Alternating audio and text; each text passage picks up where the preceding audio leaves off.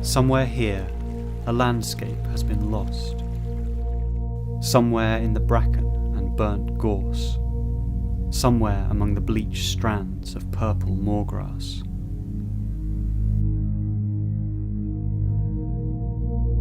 You can feel its weight lifted from the tons of exposed rock.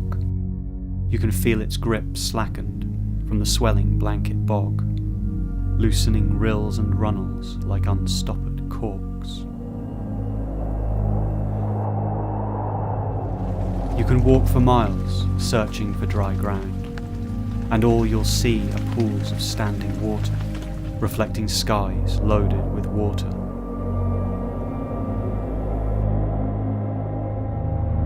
But stop, look down, see the way the water spreads like roots around your shoes. See the leaf shade patterns of mud spattering your coat. See the snow sweeping off the tors. See how it seems to grow, like branches and arching boughs.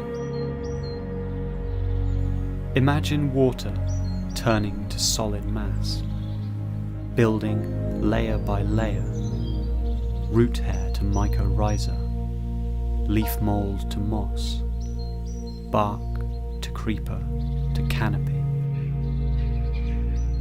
Imagine a forest. Stand still and you can almost see it, but take a few steps and the edges start to show. Trees fray to wind and slanting rain. Walk on. Imagine solid mass turning to water. Walk on. Don't worry if you lose your footing among the bog and brick and bits of bone. Don't worry if you slip between the layers of grazing and farming, of flooding and clearance, of settling and mining and settling and clearance. What's solid doesn't always endure, and what endures is rarely solid. One bare slope slips into the next. Paths appear and disappear.